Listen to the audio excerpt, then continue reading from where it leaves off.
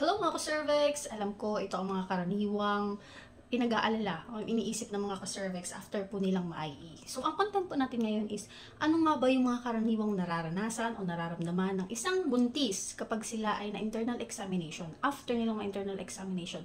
Pero ito po mga sasabihin ko, yung mga normal lang po na nararanasan o nararamdaman nyo after nyo ma-IE. So iisa-isahin ko muna po, i-enumerate ko muna kung ano ito. At sa dulo po, yung explanation ko kung bakit ganun ang nangyayari. First in the list po is yung pagkirot o pananakit sa puson na normal mo talaga mararamdaman after mong ma-IE. Pangalawa po is lalabasan ka ng bahid o konting dugo, may kasamang konting sipon after mo pong ma-IE. Yung sa iba nararanasan yan, yung sa iba hindi. Pangatlo po is pagtigas o paghilab po ng tiyan after niyo pong ma-IE. So ito pong pang-apat is hindi lahat nakakaranas, bihira lang nakakaranas ito, yung para kang natatae o napupoops after niyo pong ma-IE or during IE. So itakil na po natin, or ito na po ang mga explanation ng bawat sinabi ko kanina. Yung una po yung pananakit o pagkirot ng puson during ina-IE ka or after niyo pong ma-IE. Kung makikita niyo po, ito po yung bahay bata.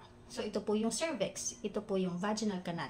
So kapag po nag-IE ang isa pong midwife or doctor, yung pong daliri namin is umaabot po yan dyan sa portion na yan, which is the cervix. So dyan sa cervix is meron po mga tissues and membranes na nakapaligid. So kapag po na-IE, normally may pain talaga or discomfort kayong mararanasan. Kaya huwag nyo po ipagkukumpara kasi maraming iba may sinasabi, yung mga piloso po minsan, bakit pag si mister po ang gumagawa niyan hindi naman masakit, pero pag bakit kayo or mga midwife or doctor, bakit po masakit dyan sa may puson? Kasi nga yan ang explanation. Kasi pag tayo nag-IE po, yan po ay malalim at inaabot po namin yung cervix, sinusukat po namin yan. So kapag sinusukat, syempre nagagalaw ang cervix. Pag nagagalaw ang cervix, may pain talaga po kayong mararanasan. Kaunti lang at hindi naman yung severe talaga na sakit.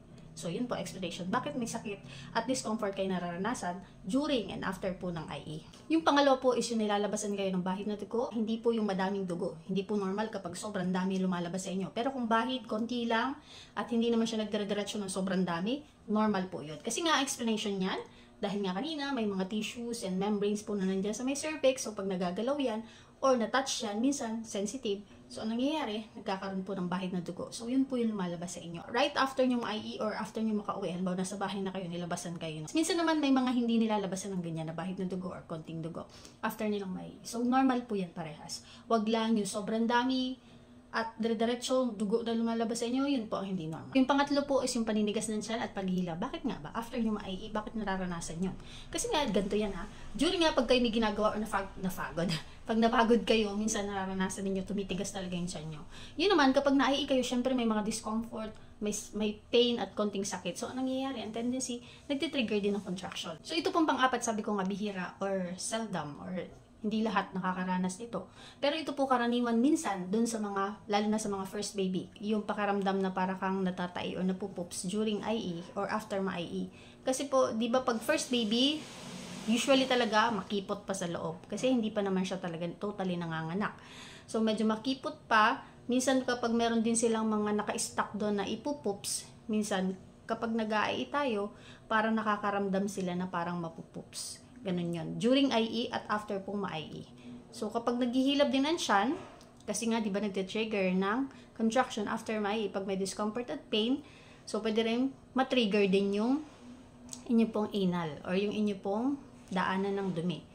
Kaya po, nakakaramdam kayo na para pong napupoop. So, ganun po yung mga explanation. Tandaan mga ka-cervix, hindi po lahat nakakaranas nito. Hindi po lahat nakakaranas nito. Pero kung nararanasan nyo ito, mga sinabi ko, yan po is normal lang na mararanasan nyo after nyo pong ma-IE.